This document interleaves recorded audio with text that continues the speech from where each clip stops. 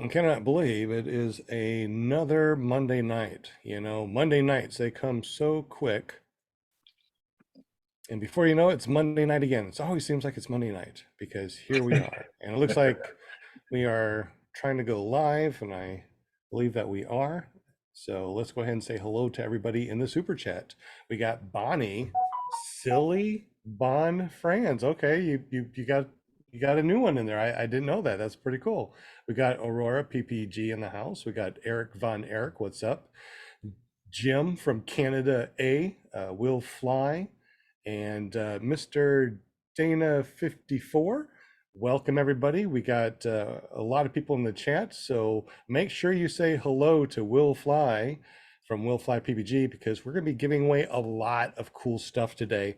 Anyway, my name is Sean Simons, also known as PPG Grandpa. You can find me at ppggrandpa.com or iflyparamotors.com. Tonight is sponsored by Jim from Canada. He runs Care PP, that's Care Printing and Publishing, up in Canada, and he helps us make so many cool things, everything from decals to stickers to calendars. Jim, thank you so much for being on the show, buddy. Hey, you're very welcome. It's a pleasure to be here. Well, real quick, I see a QR code. I know that you give people discounts when they click that QR code. Tell us a little bit about your company and what you do. Sure, yeah, we can print pretty much anything you need. Mostly we've got a custom printing side as well as a do-it-yourself printing side of the company. So if you want something printed, you upload a file and hit print and it'll get all done for you and shipped out to you. If you need something done custom that is not on that list because it's relatively limited, then connect with me directly and we'll help you out. Awesome. And of course, don't forget to hit that QR code on Jim's background. He will hook you up with a discount. All you got to do is say, PPG Grandpa sent me, and he will hook you up. So thank you so much, Jim. We appreciate that, and we appreciate your maple syrup smelling money. All right. No laugh. All right. I guess I run that one to the ground. We also got Joshua Marsh. I was laughing inside. Sorry, I was drinking. I giggled. All right, giggle works, whatever. We got Joshua Marsh. He's going to help us out in the background. He's going to be putting up the videos while John, our guest, talks, and whatever relevant stuff comes up, he's going to be putting on the background. So Joshua, thank you very much for being here with us, buddy. You got any videos on your YouTube yet that we want to check out? Oh yeah, I just posted one yesterday doing a giveaway at 250 subscribers. So go subscribe. How do we get to that YouTube channel so we might win that? Joshua Marsh PPG. All right, we'll find you there. I guess I need your link so we can put the link down below too for people. All right. Thank you, Josh, for being in the house. We appreciate you, buddy. We also got our Paramom, our Linda Anderson. She's the one that books people on the show, and she's got us booked up almost through Christmas. Holy smokes. Thank you very much, Linda, for being in the chat. I know, huh? Yeah, good to see you. I like your pom-poms. You've been doing pom-poms for almost 3 years, haven't you? I know. That's it. No. We would not be able to have the people on here that we do if it wasn't for you. If you want to get on the show, just go to paramomusa.com. It forwards over to her Facebook page. PM her and say, hey, I want to be on PPG Grandpa's Paramotor podcast, which is a little bit different than something that happens with her son on Thursday. What's up with your son on Thursday? That's right. We got an awesome show on Thursday night. Paragliding talk. I get so excited. I can't get it out all. We need the .com. .com. That's right. With my awesome son, Robert Michaels. So y'all gotta hang out with us. I appreciate everybody on Thursday night, but I appreciate everybody tonight. So I'm very blessed. Thank you, chatters. Thank you, viewers, for hanging with us tonight, because Monday night is the place to be. I heard Thursday nights is the only podcast that's worth listening to on Monday nights. So might as well come here, right? Now, thank you so much, Linda, for being here and helping us book everybody and everything that you do. We definitely appreciate you, Linda. Love it. We also got Will Fly from Will Fly PPG. Not only does he make videos, but he has an announcement or a shout out tonight. So what's up, buddy? Glad that you're here. Yeah, man, good to be here. It's my favorite night, Monday nights, 8 p.m. Eastern.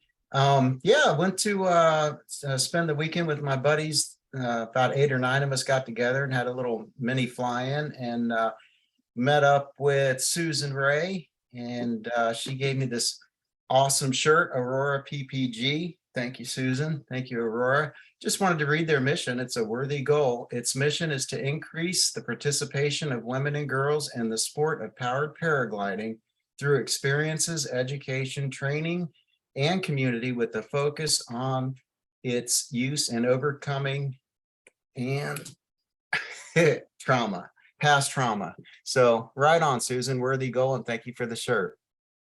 And for the people that are listening to this, can you spell that Aurora really quick? Is aurorappg.org, right?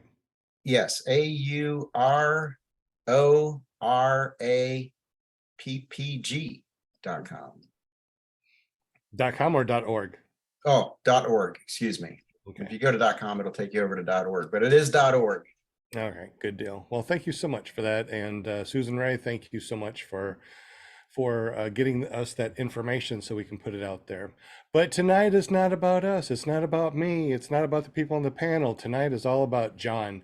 It says John Martin on his screen, but I'll probably call him John Allen. Anyway, John's been flying for a long time. He's got his own business. He bought 40 acres to create his own business, Wind Pirate PPG. So welcome to the show, John. Good to see you, buddy. Thank you very much. It's happy to be here. Well, tell us a little bit about yourself and how you got into paramotoring.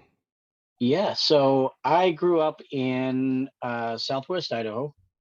Kind of lived out. We were like 50 miles from town. Had a cattle ranch. Very involved in horses, mules, competition, and stuff like that. My dad, my uncles actually won the world for a couple years in mule competitions in Bishop. And because we were so far out and stuff, we had a lot of friends that flew airplanes, and then we did a lot of work in Alaska, construction work, and so a lot of bush pilots up there. So I started young, having just a real love for everything aviation, and basically climbing in every airplane I could possibly get close to. And so then my dad bought a hang glider trike, which we had for a while, and then long story short, got sold some faulty parts, and it got crashed. I wasn't in it, but everybody walked away okay. And so we were actually getting back into that, and in the process moved to Arizona. And I moved about a half a mile from Air Paramo, Mo Sheldon's place, and met him. And I was like, I don't know about this paramotor thing. It always looks a little sketchy at first. And took one flight up, instantly hooked, just completely addicted. And went from there. Took a while to get enough money put together to get one, and started on the trike, actually, because do a lot of backcountry, hiking, flying, hunting, that kind of stuff. And I wanted to be able to load it down with gear and fly back into somewhere and camp, or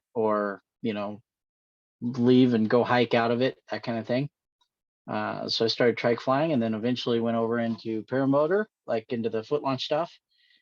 And then I worked with the Mo there for a while, for a couple years, kind of assistant instructor with him. And then as it progressed on, kind of ventured off on my own. I go up to the Northwest and train up there in the summers and come back here in the winter. So it's a year-round full-time gig. So you do joint classes. So you travel, do joint classes with other instructors. Tell us a little bit about that and how that works. That sounds pretty interesting. Yeah, for sure. So for instance, this summer I went up and did 2 joint classes in June and July with Brian Pearson up at Oregon Paramotor. And it's just a lot of fun. You get kind of a bigger group because you got more instructors, and so you can teach a bigger group, but and also you learn so much. The little ways I do certain things, or the ways he does things, it really kind of works around. And off and on, like in the winter times, where my field was before, is where like Noah and Nick Rochetta with Epic Paramotor, they fly out of there. So we do a lot back and forth. And so it's great. It's kind of builds a lot of camaraderie, and makes the training a lot more fun, and it's just good vibes all the way around. I like good vibes. I like your hat too. What does your hat say? It says Wind Pirate. There we go. It's just my logo. And yeah, I've got a couple of those to give away. Oh, okay. So we're going to give away some hats, and you also got a little throttle magnet too. Yes, I have the throttle magnets that click on, and they're really strong. Keep your throttle out of the dirt. Definitely like that. I put So, those on all good my stuff tonight. paramotors. Absolutely. So, everyone that's in the super chat, in case you don't know, get up with Will Fly, just at Will Fly, and tell him hello, that you want to be on the spinning wheel of winning things, because we're going to be giving away a lot of stuff. So make sure you say hi to Will Fly, the PPG guy. So, John, you do a lot of traveling, and you do the joint classes, which sounds really awesome. How about as far as fly-ins? Have you gone to any fly-ins? And I heard something about you did your first annual fly-in where you are? Yeah, so I've been involved actually the last several years with the Arizona Flying Circus. We kind of did all the dirt work there, helped do all the runway stuff, and kind of work helping put that together. Last year, I made it to Salton Sea. A couple years ago, made it to the Endless Foot Drag. So a lot of those, a few of the bigger ones, and then some smaller ones up in Oregon and Idaho and stuff like that. And yeah, so we normally do a fly-in down here on a dry lake bed. Actually, I think that might be where that's at there, on the video. But we do a fly-in on a dry lake bed here close, and this year we got so much rain that it got all flooded out. And so we contacted the Tombstone Airport of Tombstone, Arizona, and to see if we could maybe do a fly-in there. And they were ecstatic. They were so overwhelmingly helpful. Helped us put it together, and they have an event called Eldorado Days every October on the third week. And so we were able to schedule it at the same time as that. It's pretty cool. They do all kinds of, gunfights and Western, like fashion show, and a lot of bands and groups, and like the Indian drum groups and stuff come down. And so we were able to coincide it with that. And we had a fly-in pretty short notice because of the weather stuff, but it had a pretty good turnout. And the town came out huge. The mayor showed up, the vice mayor, a bunch of the town council, and they were like, "Hey, we want to make this an every year thing. What can we do to have this every year, or maybe twice a year?" And so we talked to them, and we kind of made it happen. And so we're going to be having a fly-in there. It's outside of Tombstone, like 5 miles. Awesome flying. Basically from Tombstone all the way down south toward the border. And it's amazing country. It's all so much history in it. It's the area where like the Apache Wars were with Geronimo and Cochise and all that. And you're just flying over the top of it. Tons of old ranches and mines and really cool stuff. And so yeah, we're going to be doing that every October and April. First week of April and the third week of October, and they would like to make it as big as we possibly can. So with them behind us, it should be a really cool event. That's really neat. So if people want to go to this fly-in next year, how do we get up with you to see where that's going to be and what time and all that fun stuff? Do we get up with you directly, or how does that work? So we'll be making a Facebook event, making a Facebook page for it and stuff. It's and of course posting up on the paramotor groups. It's pretty I mean, this is a pretty new thing. This is like last week that this finally all came together. So we're working on it. But yeah, mostly through the Facebook stuff is how we'll reach out to everybody. It seems to be the best way to connect to the majority of people. I got a So, question for you.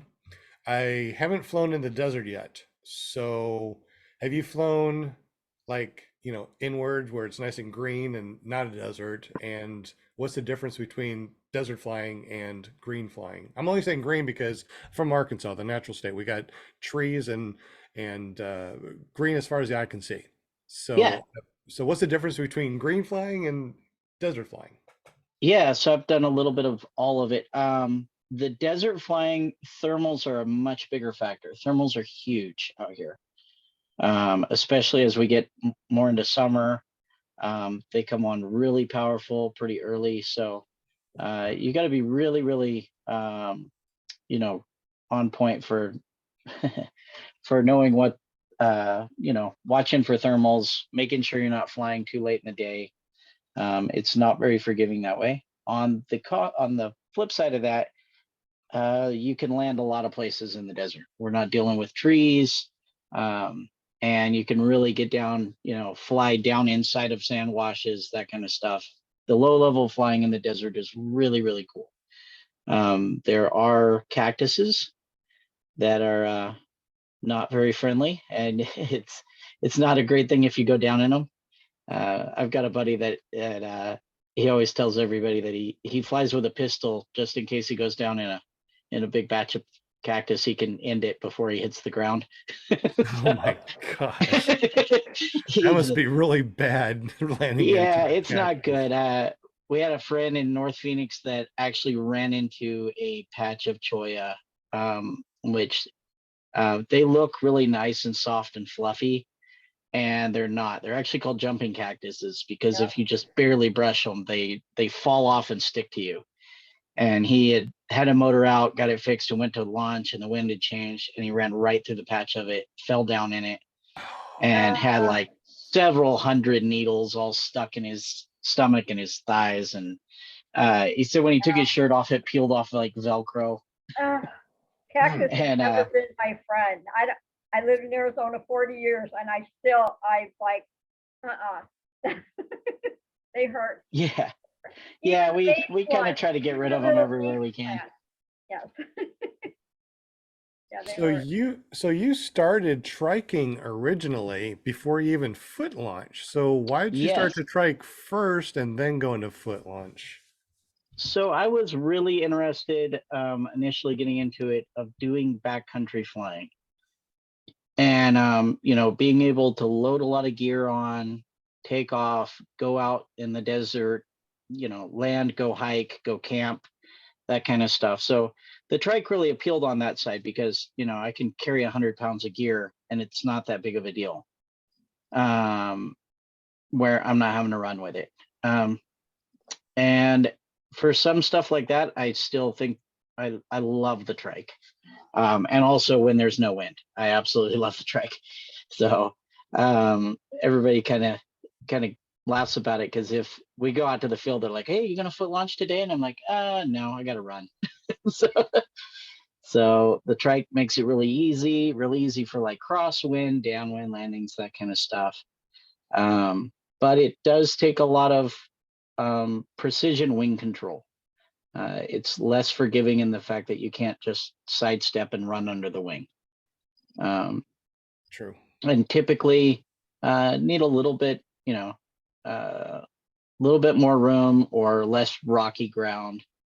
You can actually do pretty close to what you can with a foot launch.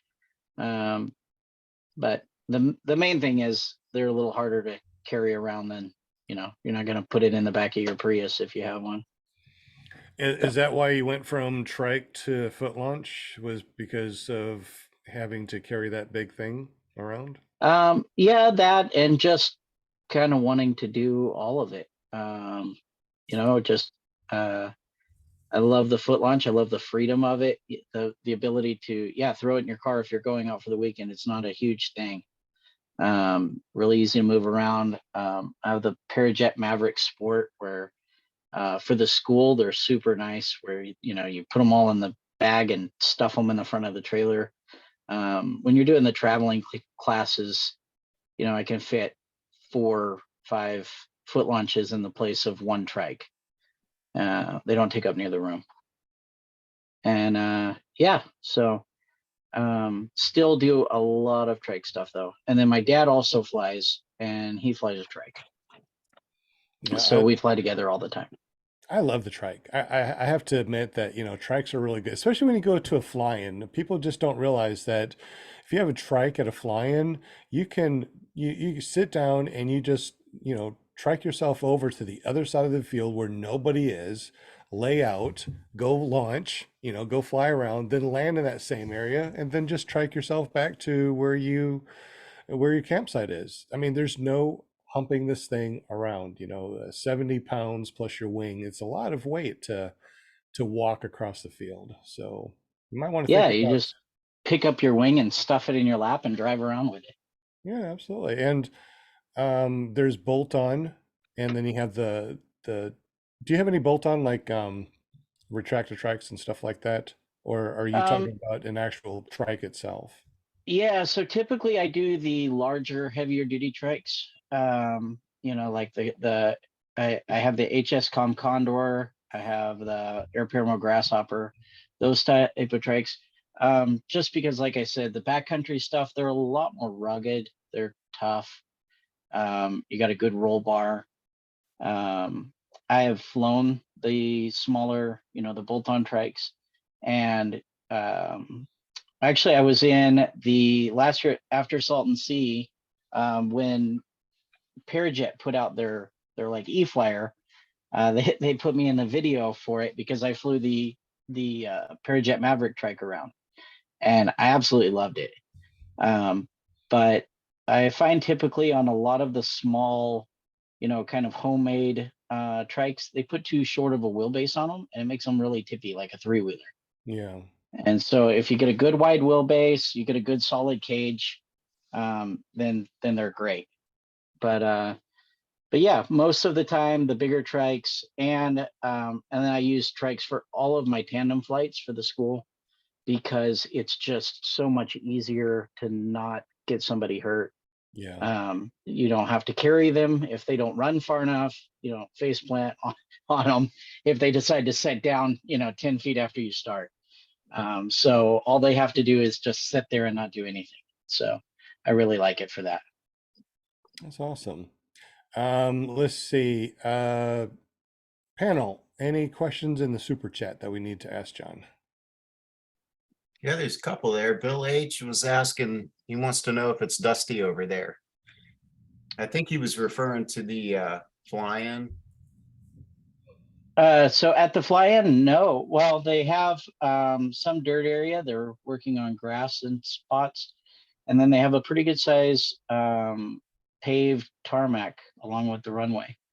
But in general, the flying in the state on the whole is, yes, very dusty. It's one of the reasons why I bought 40 acres just out of St. David, and we got good water. And you're just going through random pictures on Instagram, but we've got good water, and so I've got grass, which not a big deal to you people in Arkansas, but for out here it's huge. So I've got about a 6-acre field, 4 acres of it in very nice grass. So your wing stays nice and clean, and it's pretty cool compared to, I'm used to flying where a lot of times people look at the wings from from out here, if they're from back east, when they come out to the circus and stuff, and they're like, oh man, that wing's really old, and it'll have 10 hours on it, but it gets so dirty. Oh, I So bet. my wings look newer now than since I moved. So um So do you have hookups there as well for RVs? working on it. I don't have any hookups right now. We have dry camping, I have a dump, I've got water, and eventually want to put in a few hookups. Not a huge amount, but yeah, I've got I've got spots for RVs, and the field. We're in the process of making the hangar, so that's I've had a lot of questions lately through Facebook and stuff like that because with the Wind Pirate thing, I make kind of what started actually the whole Wind Pirate thing was I started making custom covers, heavy duty covers. I tried to get a cover for my paramotor, and everything I could find was really lightweight, that kind of that space blanket stuff. And so we basically, my dad had a saddle shop, so I have commercial sewing machines, and so I got some really good material and put together a cover, and basically took it out to the field the first time, and one of the other pilots came and grabbed it off of my trike and said, "How much is it?" I'm like, "Well, it's not really for sale." He goes, "Well, you're not getting it back, so tell me how much it is."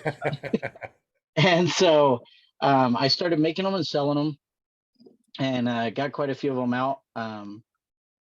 In the process of moving, and we're building a new shop. I've got a 40 by 50 shop going up, and so in the meantime, all of my sewing stuff is all in a storage room, and which is brutal because, of course, now every 2 days I need to sew something, and so basically covers and kiting harnesses and stuff that I make are on hold until I can get it set up enough that I can hook the machines up without them getting too dirty and dusty, and get stuff going again.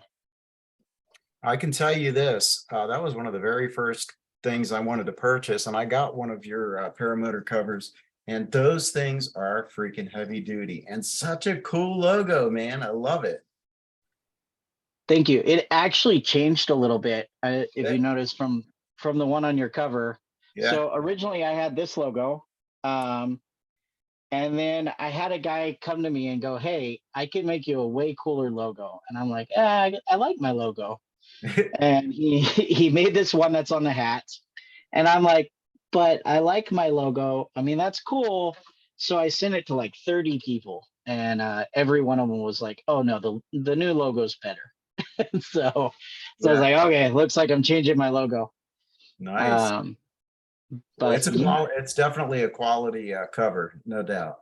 thank you. Right. And it's We work hard on handmade, it. isn't it? Per Yes. order. Yeah.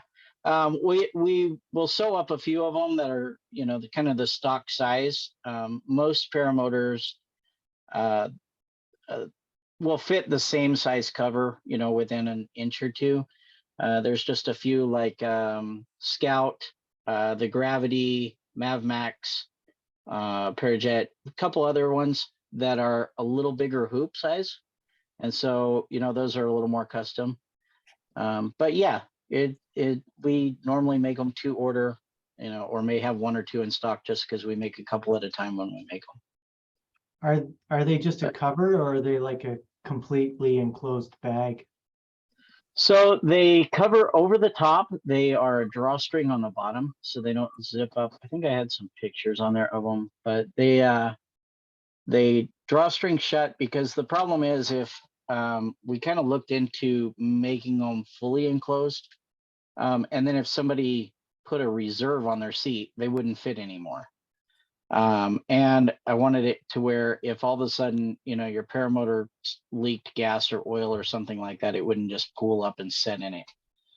Yeah, that's the trike cover there. And then, if you look at the very top of that trike cover in the back, there's a little bitty hole that we put a vent hole in, so it lets gas fumes and stuff like that escape.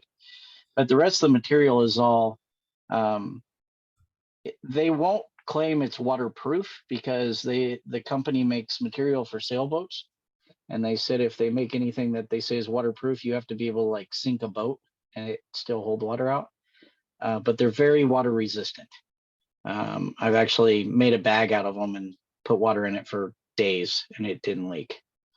And so Interesting. yeah. It's always fun to look at, stuff that people make. I kind of was looking at the stuff as we were looking at the stuff too. It's pretty awesome. Your shop and your your .com. If you want to go ahead, it's 7:30. If you want to go ahead and let everybody know how to get up with your shop and stuff like that. We're going to spin the spinning wheel of winning things in just a moment, but go ahead and tell us how to get up with you. Yeah, so my website is windpirateppg.com.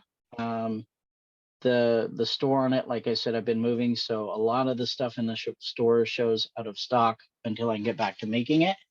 But yeah, we sell wings, paramotors, all kinds of gear for them, kiting harnesses, helmets, all that kind of stuff. And yeah, that's on there. And then, we have Instagram, Facebook, all that cool stuff. And And all your yeah, links are down below too, just in case people want to check you out. You can also go to paramotorguest.com and we'll actually bring up a page to show all about him and his links. So make sure you check out paramotorguest.com. We're going to be giving away a bunch of stuff tonight. So did you want to give away your hat and throttle magnet now, or do you want to yeah, wait till 8? it doesn't matter to me whenever you want to do it. Okay. So Well, let's go ahead and give it away. Show us what you got. okay, And so people can choose whichever one. I've got black, and then I've got a black with red. It's got the red stitching on the front there. That's obviously a sticker. And then it's got the Wind Pirate logo. They're nice. They're comfortable hats, all black. And then I've got the throttle magnets. They're the blue anodized 7-pound magnets. It's great for sticking your throttle and to your cage, or you can put it on the back of your wing and attach your chase cam to it. So if it hooks in a tree, it doesn't rip your wing. good, awesome. So we're going to give away one hat and one magnet throttle cable tonight, and then another hat and throttle magnet cable next Monday. So Will Fly, do you have the spinning wheel of winning things up? I do just have to make a couple more additions and we're ready to go.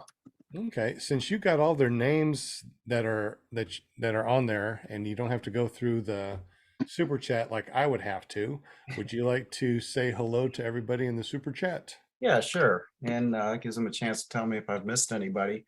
So starting at the top, we got Aurora PPG, Avery Flies, Bill H, Bonnie Silly Bon Franz, Brian Franz, CT Fly, Deweese Milstead, Eric Owens. What's up, Eric? Eric Von Eric, 555, Flying Flamingo, Goldie Teal, James, John Wayne, JP Tulo. Gosh, I lost people. Matt Sloper, Michael Jasper, Phil Huker, Scott Milner, Scuba, Tony Marzano. Tony, I got you in here twice. Sorry, I got to remove one of you.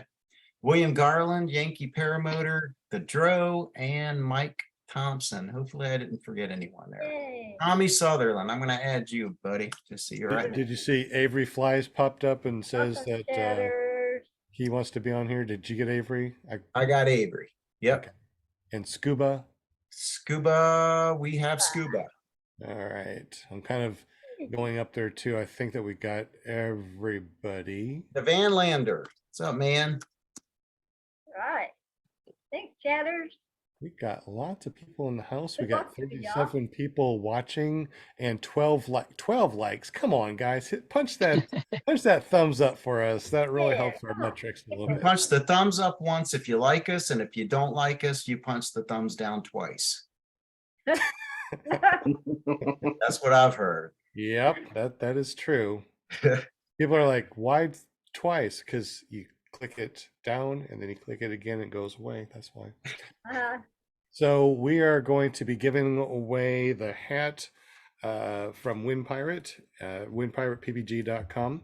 It also has the throttle magnet. Then we're going to be giving away later on a $10 gift card that you can use at Paramotor, Arkansas. We also got a Vortex Aero travel mug that we're going to be giving away. And of course, stickers. So if you haven't got, guys, past gifts from us, we tried to do an automated thing and everyone's saying that they never got their stuff. So if you got something from the Spinning Wheel Winning Things, you did not receive it within a week, please text me 501-747-3558.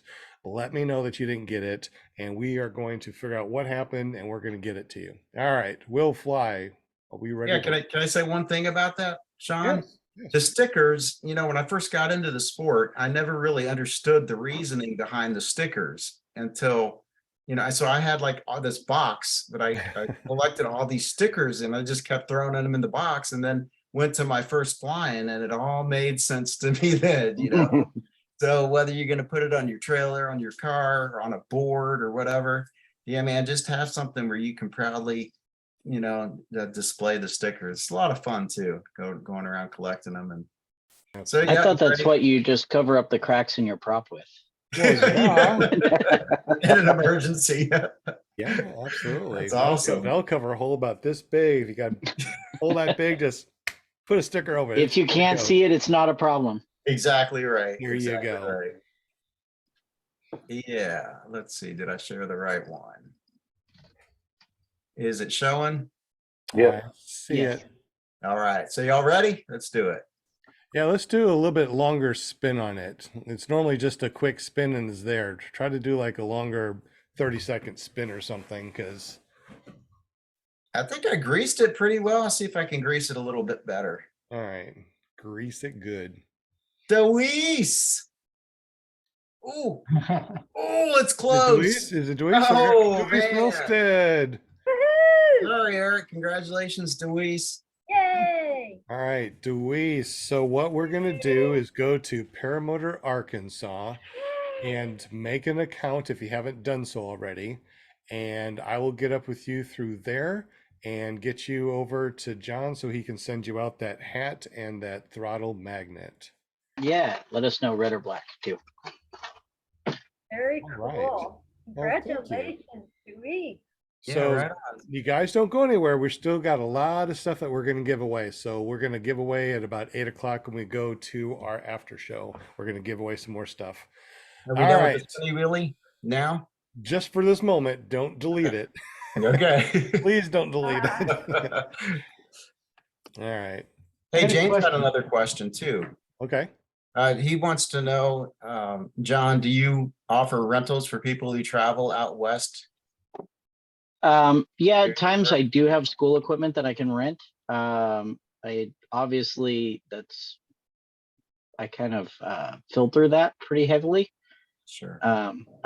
I don't just go rent a paramotor to somebody that's like, oh yeah, I want to try this. So, if it, but yeah, we do work out some of that. If people are traveling in, we can do some rentals if they are already pilots and willing to sign a rental agreement in case they completely demolish everything. Yeah. So, Do you ever take people on flights across the border? Is that allowed? it pays much better if you take small packages of sugar across the border. So we do from time to time get people that come to us and ask us if we could take them to look for some stuff their friends lost, that kind of stuff. And we're not too into that, but it's not far. And actually, surprisingly, I always was like, oh yeah, you'd probably fly under the radar. And then I trained some guys that were military, and they were like, actually, you show up pretty huge. They just most of the time discredit it because you're going so slow.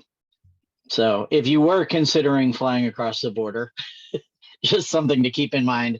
It's probably not a good idea. Yeah, it doesn't sound like a good idea. Yeah, they don't need to fly right now. There's plenty of them coming through. It's pretty open around here. Well, it's open at the border. They arrest a lot of them around where I'm at. So it's very active. Interesting. So do you do a lot of cross country triking and flying with groups of friends or anything like that? Yeah, we do. So we were putting on monthly before I moved here, I was up in Maricopa, just south of Phoenix. And every month on Saturday, we would do a breakfast flight. So everybody would come out, you fly about 15 miles away. There's a restaurant out there on a golf course. They would let us all land, pile all our stuff in the backyard and go eat and then go back. But yeah, we do quite a bit of cross country stuff, just exploring, there's some really cool areas that you can go fly over and then, run a chase car and pick up to. And so it's a blast. Sometimes we, especially with the trike, I will carry a couple gallons of gas in the front seat for all the foot launch guys that have like that little 3-gallon air consumption bag or whatever, because they can't carry enough fuel. And then we land and refill them all up and then take off again. That's cool. How many people usually go out and cross country with you? So typically, 6 to 8, something like that. We've had it on the breakfast flights. We've had it all the way up to, I think 18 or 20 was the most we ever had. Wow. But yeah, it's a blast. It really kind of keeps people in the local community. So, which is kind of the goal. The more people that you keep flying together, typically I've seen the fallout rate of people kind of giving up on the sport is usually because they end up flying alone. And then it becomes a hassle to go do stuff by yourself. But if you can do stuff where people are involved in the community, then yeah, it keeps a lot more people flying. It's a lot of fun. That's very interesting, and I agree with you. It's like a lot of people that I flew with back in the day, they don't fly anymore. They either gave it all up or they fly so sporadically, I don't even know that they're out anymore. So it's really nice that you got a community full of people that you're able to get people out and go fly and keep people in the sport. Yeah, it helps really good. The other thing that we have around here is we've been able to be involved in some search and rescue stuff, which is really cool. So we have had a couple cases with flash floods, that kind of stuff, where guys have been able to go and look. We had one case where an elderly gentleman got his car stuck and then tried to walk home across the desert in the summertime. Oh my goodness. And yeah, so they took a helicopter and a airplane and 65 people, and they searched for 7 days. And then they couldn't find him and they gave up. The sheriff's department gave up with the helicopter, finally opened the airspace for us. And the family had asked us to come out. And we took 6 pilots. We actually took our breakfast flight and hijacked it to go do this. But we took 6 pilots and we went for 3 hours and we found him. Which it was a recovery. It had been I think 9 days since he had first went missing. But the family was overjoyed. It was awesome to be able to help. And it kind of just it spotlighted how effective that we can be for that type of thing. Obviously if wind conditions are right and everything. But Too bad you weren't able to get up there with the rest of the rescue. yeah, early on would have been better, but there was it was one of those things where they didn't even know where to start looking at the beginning. So it was I think they were 3 days in before they even found his car. So Well, glad that you're able to help out. That's what it's all about. yeah, really helped. I think that we got some more questions in the super chat. Yeah, Jim? Yeah, Mad Sloper was wondering what's the best time of year to come fly Tombstone? So pretty much any time after September, all the way up until about the end of May. So at the start of June, our monsoon season starts and the weather gets a little bit crazy. You may have a nice morning, but an hour later you'll have these giant rolling thunderstorms coming through and huge windstorms. And so June, July, August, September can be not the best for flying, especially in the evenings. You can still have some pretty decent morning flights, but evenings are completely out. But from about the end of September on, I would say we probably have 4 to 5 days a week that are flyable. And Very nice. yeah, and it like right now we're having a little bit of wind because of the there's a hurricane off of the coast or something like that. But generally, yeah, morning flights, it's pretty much dead calm, 2 miles an hour winds.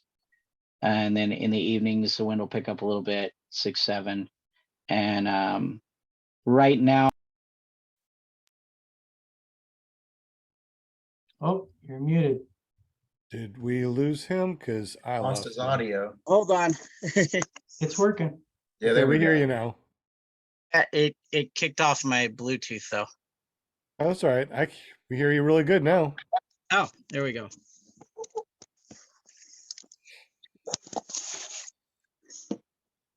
Okay, am I back? All right. Okay, now I can hear you, no echo. But yeah, in the winter, like right now, it's typically about 70 degrees in the daytime, and then about 50 at night for most of the winter. And then it'll drop down. We drop down to about 28 at night is the coldest we pretty much ever get. And then it'll be back up, 55 degrees in, January in the daytime. So Have you done it's good to get. much flying out back east? Some, not a whole lot. What's the big difference? Have you noticed between the two? Anything stick out? Yeah, so for instance, like endless foot dragon stuff, a lot of the back east stuff is well, most of the time the altitude was way lower, so that made things easier. But man, we have landing options like everywhere, and you get back there and it's just like miles of trees. And you're like, oh crap, if I go down, it's gonna Which be tree do you nasty. want to land in? Yeah, so here, I mean, there's almost always somewhere to land. So it possibly makes some bad habits because I typically fly about 6 feet off the ground. And we can see the power lines way better here because if you see a tree, it's probably a power pole. So Interesting. Yeah. What's the coldest that you've flown? I know that it gets cold at night, so what's the coldest you've ever flown? I've flown down in the 20s. Yeah, I think people are crazy that can fly colder than that. My fingers freeze. If it gets down below like 45, my fingers are just falling off. So Well, that's because um, you have dry heat and dry cold, right? yeah, well, and we're like you climatize to it so much. I actually I soloed a student at sunset a couple years ago, and it was 106 degrees, and and so yeah, so now that was when I lived up by Phoenix. It's quite a bit cooler down where I am, and but you climatize so much to it. Even coming from Idaho, it you would through the winter it's like 30 degrees, it's nice, 35, 40 degrees. And then living down here, I don't even like I have to go in storage to find my coats. And then when I do go anywhere else, I freeze if it's like everybody else is running around in t-shirts and I'm in a coat.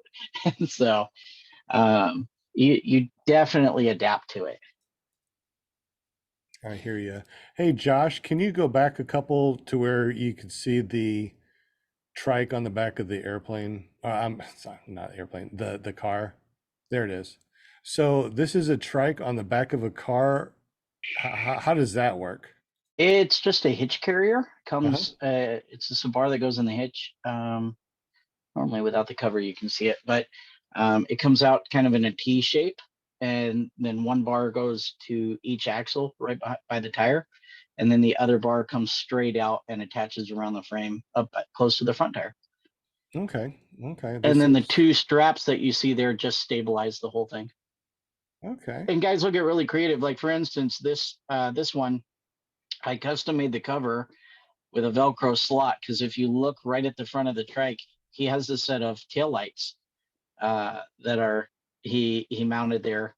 Well, he had it where he could attach it when he had it on the cover. Okay.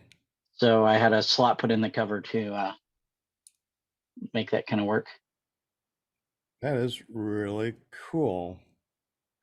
I have not seen this type of trike configuration before. So knowing that you can put a trike on the back of your vehicle, now that is really cool. Oh yeah.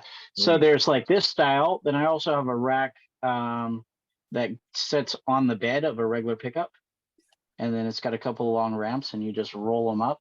And then I- most of the trikes you can stick in the front wheel in the vehicle and leave the tailgate down, and it'll sit on the tailgate there. I've seen that a lot. But me having a car, I usually break down my trike and put everything in the trunk. But man, if I could just put it all on the back, that's pretty significant.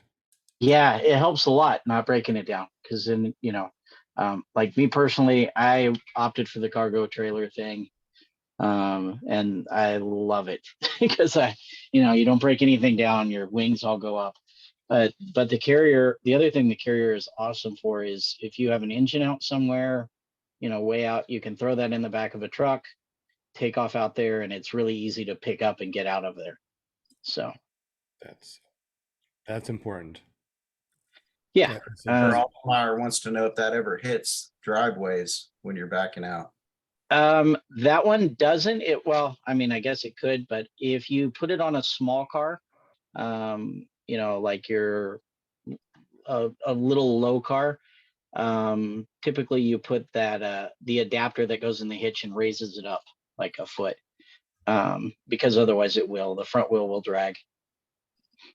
But on a truck, it's got enough clearance. Awesome. I definitely would like to get something like that when I get a big trike. On your car carrier, not just yours, but has anyone heard of bending frames? If you've got a, not car carrier, paramotor cover, if you're going too fast with the cover on.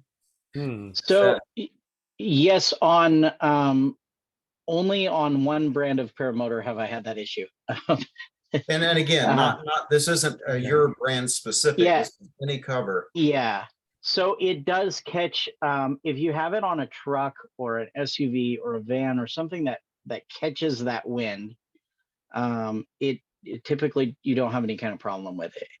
But if you put it on a small car, where it's basically the aerodynamics of the car are routing that wind straight into the back of the frame, then yeah, it works as a big sail. It puts a lot of pressure on it. There have been 2 cases that I know of guys bending I can't remember which model it is, but the aluminum air conception frame, the really, really light one, that it actually tweaked their whole frame. But if it did that, their gas mileage probably went to crap. Yeah. But I do suggest that if you're not putting it behind something where it has something to block all the wind, not to put the cover on it when you're traveling, just because it does catch a lot of wind and it puts a lot of strain.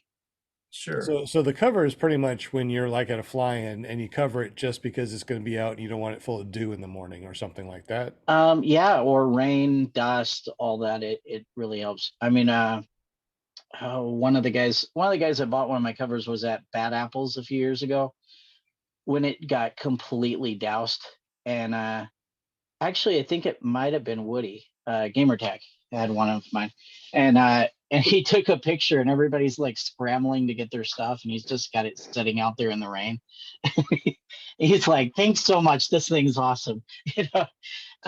So it's that, or you go to the beach, they'll like load up with sand, and it just protects it. So they're not, Good. perfect. They, obviously it's not going to stop it from dropping in a pond. Um, but you can definitely use it if you've got something blocking a lot of the wind. I know guys that put them on the back of, like your the conversion vans or motorhomes, that kind of thing. And then it's not getting very much wind to it, and it does a pretty good job protecting them. Yeah, and the reason I'm saying that, when I was new, I had a RAV4. It never had any problems with it, but I was kind of given the heads up early on that, hey, don't just hop on the interstate and do 75 miles an hour. I mean, just take it easy and use it to do its purpose, and that's to protect the paramotor. And if that means you need to go slow, then go slow or pull over and let things settle down. But One of the guys bought one from had called to order a new one, and he's like, "Yeah, I love your cover, but I have a problem with it. I need to order a new one." And I go, "Well, it's trying to find out if it's a warranty thing." I said, "Well, what's wrong with the cover?" And he goes, "Oh, no, I got a big burn hole in it." And I'm like, "How did you get a burn hole?" And turned out he had not strapped the paramotor down properly on the hitch carrier, and it fell off face first and he drug it down the road for a ways, and no. obviously ate through. It actually, the frame, the way that it drug, it didn't do a whole lot. So protected his motor. ate like the whole face of the paramotor cover off, and then it scraped it up pretty good, and I think he had to replace a couple of parts, but it wasn't a total loss. Well, that's But good. Your cover protected it. That's I don't pretty think good. the cover probably helped it a whole lot dragging across the pavement. That's interesting. So, It's almost 8 o'clock, where we're going to do another spinning wheel of Winnie things and go into our after show, which we're going to be giving away a lot more stuff. So definitely hang on, guys. We're going to be spinning the wheel. But before then, John, it's hard to see. I don't know if you got a light. yeah, There you go. Awesome. I just noticed that. I looked down and I'm like, wow, it's really dark. So one of the things that you're doing also is you're running for the secretary of the USPPA, correct? Yes, that is correct. So can you tell us a little bit about that, what that entails, and how in the world do we vote for something like that? So you can vote on the USPPA website if you are a member. It's you just go onto the website, usppa.org. There's a little tab up in the top right corner that says vote. On my screen, it's covered up by a very handsome man in a stay bad hat. But it's scroll down. There's two positions right now. That is the treasurer and the secretary. I'm running for secretary. And yeah, I'm just really, wanting to help out with it. Noah and the crew that's there, Alexis and stuff, they're doing a very great job building it and making it much more user friendly, even for instructors. The new way they're doing testing and stuff is really great. Before we were having to do all this paper test stuff, and then try to submit it all. Now that's all electronic. It's very easy, Nice. and it creates a good standardized system for training. They're doing a lot of training aids, that kind of stuff, and yeah, I just want to be involved in helping the community to grow and to get to a place. I think eventually the government's probably going to regulate us similar to how they did with the sport pilot license thing. It may be a ways down the road, but I think the more we can kind of self-regulate and not to try to take the fun out of things, but to be responsible with it and make sure that the new pilots coming up do have a good knowledge of airspace and where we can fly and where we can't fly in Part 103 and that kind of stuff. The longer we push out the restrictions on it, and the more freedom we have. And I that's kind of the goal of the USPPA. I spent a lot of time talking with the people in charge there of kind of what they're looking forward to, and that's to basically make the new groups coming up to be more knowledgeable than we were coming into it, and to make that easier to understand. Everything from airspace to weather to not ground starting your motor. The For instance, like I learned from Mo Sheldon, and he started in '96, I think, and there's only a few pilots around that are still there, that were flying when he started. And if you look at videos and stuff from that time, everybody was ground starting. There was a good percentage of people with water deaths because they didn't have flotation out. They didn't have good practices as far as flying around water. I mean, combined with the fact that the wings and the motors were pretty terrible. Torque was horrible, and that's all improved. But as the gear improves, the more we can improve training and making sure people have the right information going into it. I think the better off the sport will be moving forward. What was that about the sports pilot things that the FAA got involved with that you think we Yeah, might? so What for like happened? your hang glider trikes, all of your other ultralights that are not Part 103, that used to be a very, I mean, ultralights were pretty much you get it and go, and it got huge during the late '80s, early '90s, and then they started having a lot of people crashing, a lot of public stuff, big problems, and that caused regulation to step in, and to where we not if you're going to fly your power parachutes, your basically over anything over 254 pounds, you have to have a sport pilot license. And so I think eventually, as the sport grows, there will be some type of regulation that's going to try to control that. All it takes is one idiot deciding to land on the White House lawn or something, and the backlash from it's going to cause stuff. I hope that's a long ways in the future, but I think the more that we self-regulate, the better it is, to a degree. I mean, obviously, I'm not for like, oh, let's police the world out here. The thing I love the most about Paramotor is the freedom to it. And because of that, the cost, compared to every other kind of aviation, not having to have an A&P do annuals on your rig, being able to work on your own stuff, it saves you. It's basically the only reason I can afford to fly or have a school. And so I would like to maintain that as long as we possibly can. The idea of I see people go fly over the pyramids or Iceland or here I can go fly around areas where Geronimo lived. It's so incredible. I can fly through the canyons there, and on the whole, completely free, like not totally unregulated. I could drop down and skim above the water, dangerous as it may be. And I don't want to see that go. I think the USPPA is trying very hard to establish good enough training methods and standards to make that go out longer. I know that there have been, there's always people that would like to see it become more and more regulated, that kind of look at that opinion of, I kind of look at things as I come from rodeo, and every rodeo I've ever been to has had an ambulance parked outside the gate, sometimes two, and a lot of times they were used by the end of the night.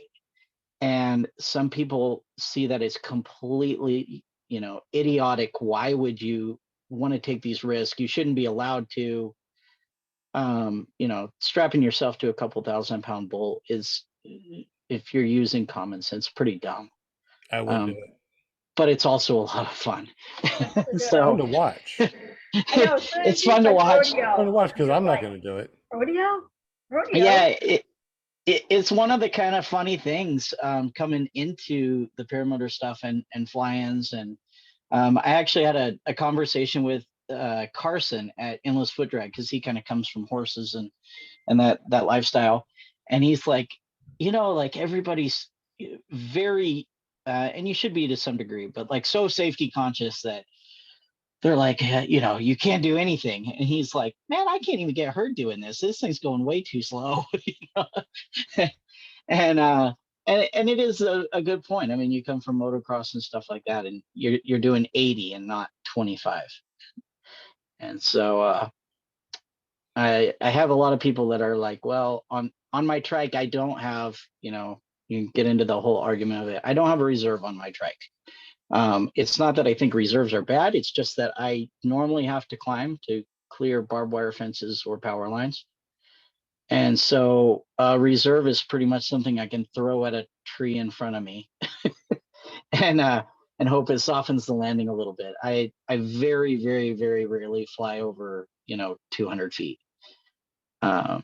Well, when it comes to reserve, it's just like anything else in our sport. It's risk versus reward. You don't have to have a reserve. You don't have to have No. flotation. There's a lot of things that we don't have to have. So, I mean, if you don't want to, you don't have to explain yourself.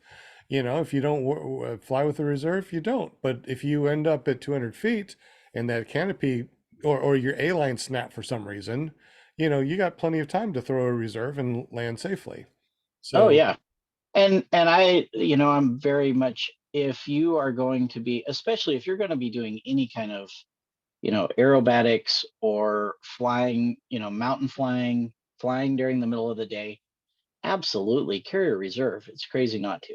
a front mount, a But front mount. You can front mount yeah, that on anything. You can put it on your trike. You can put it on a foot launch. You go to free flying, you can put it, use it for free flying. So I got one that I use for everything, and it's very, very convenient. yeah. Um, it is 7 after 8, so we're going to be rolling into our after show. We do got the spinny wheel of Winnie Things that people are like, "Come on, guys, hurry up with the spinny wheel of Winnie Things." Will fly. We got we got everybody in the spinny wheel of Winnie Things to spin.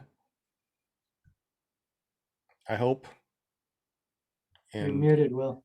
you're muted. We also got only 25 likes. We got 40 something people watching. So make sure you smash that thumbs up if you would, please. That definitely helps our metrics. Yeah, I missed one on the first spin, so I don't know if I should add his name twice. Mr. Dana, I'm very sorry. Uh-oh. Oh, that So- happens. No, that's why we say make sure you tag Will and say hi so we can He see. did, it was my bad. It was bad. Will's bad? Oh. Oh no, Add him not twice. Will's bad. All right, well, yeah, so I added him twice just to make up. Okay. You want to spin now or you want to wait?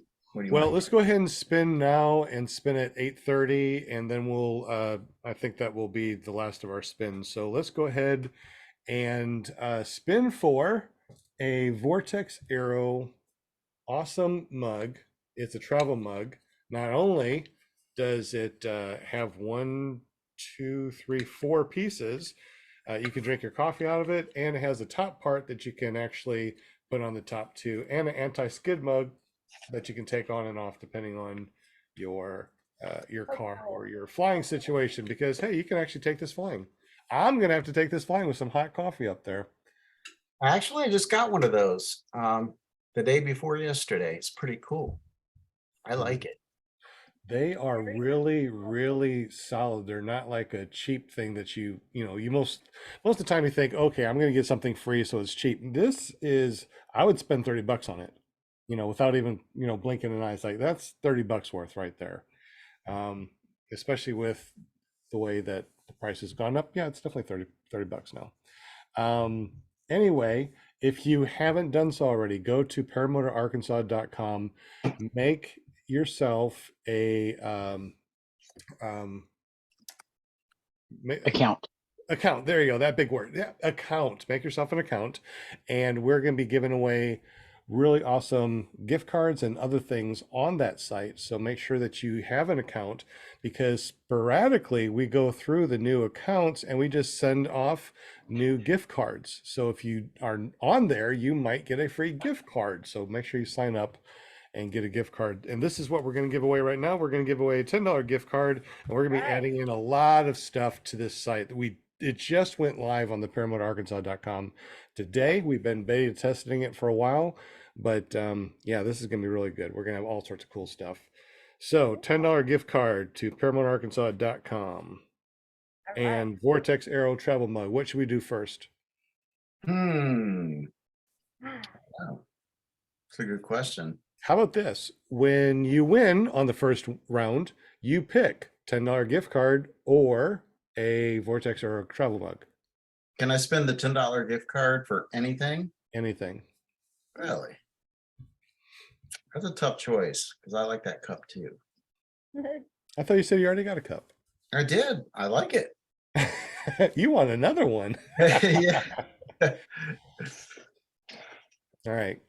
Oh man. All right. So I'm gonna add David Rainey, and that'll be wheel closed Okay. until the next spin. Is that okay? That sounds good. All right, David. And Rainey. whoever Boss of wins- the wheel. Whoever Yeah, wins, unlucky, David.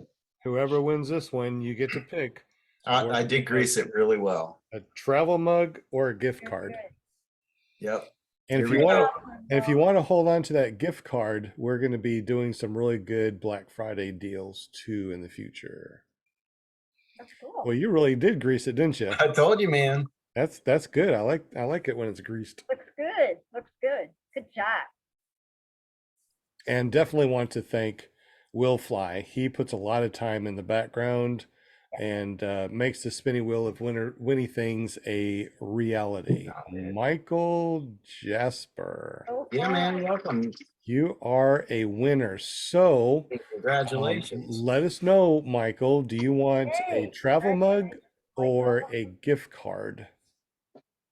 And if you don't answer in the next 60 seconds, we assume that you don't want it, and we'll spin it again. Did I And say there's that? a 60-second lag. So 60 go. seconds. I hope that Yeah. you're watching. He's stressing out now. I hope that you're saying something like, hey, I win. I want the whatever. Anybody? Anybody? Anything?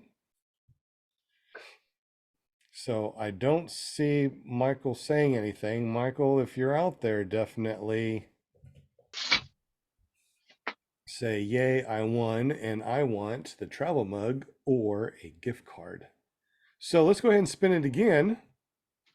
Oh man, Has it been a And- minute already? he probably pinched a nerve. He's trying to type with his nose. No, that's okay. That's okay. It's like he Michael still gets the first one. So if as soon as he actually if you at Michael, you'll see if he's there or not at in the chat. So if you at Yeah, he's still there. yeah, Michael Jasper. Okay. Right, Michael Jasper? Michael Jasper. Going once.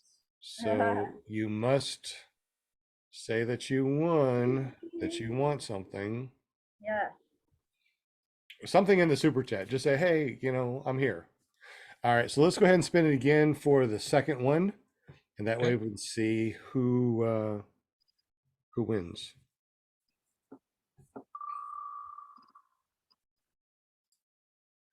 So Michael will have the first pick, and whoever wins on this one Whammies.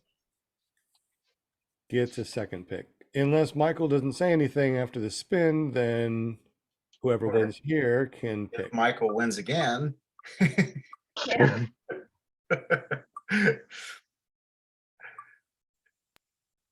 Oh man. What? It looks like, oh, you did win, Eric. Congratulations. Woohoo! man. Eric Yay. Owens. Congratulations. I And the don't think crowd, I don't think that Michael is with us anymore. Michael, are you not with us anymore? Well, Michael, if He's there, If- but he's not. Michael, don't worry. We will send you something out. Just text me 501-747-3558. We'll get you something, so don't worry about that. So, Eric Owens, now you get to pick. Do you want a travel mug or a $10 gift card? And let's go ahead and spin again because there's two things that we're going to give away: a $10 gift card or the Vortex Arrow travel mug. Right. Brought to you today by vortexarrow.com. So exciting. Yeah, he was definitely nice enough to give us a bunch of them to give away. So we definitely thank Vortex Arrow, Todd Scott. Thanks, Joshua, for being the video man tonight. Oh yeah, of course. Appreciate you. Oh, it's gonna be tight. Uh, Let's see. Oh, Brian, Franz. all right. Congratulations, Brian. All right, guys. Eric, Brian, Michael. What was Michael's last name? Or on his thing? Michael what? It was Michael Jasper. Jasper. So Michael Jasper, Eric Owens, Brian Franz, go to paramotorarkansas.com, create an account, and that's how we will get you your stuff. So anybody in the did they say anything in the super chat yet? Eric, Brian, or Michael? Yeah, Eric. I know you're there, man. I know you can hear me. What Eric. do you want? You want the cup or do you want the $10 gift card from Paramotor, Arkansas? Okay. So Eric gets the first choice of travel mug or gift card, and then Brian gets whatever's next. But I already see Brian said something in there. Can I have the mug, please? Well, if Eric says he wants the gift card, then you get the mug. Eric, it's up to you, bud. What do you want? Oh, it's like box number 1 Hey, or do we box want number 2? we want to give away another $10 gift card for fun? I like to give away $10 gift cards.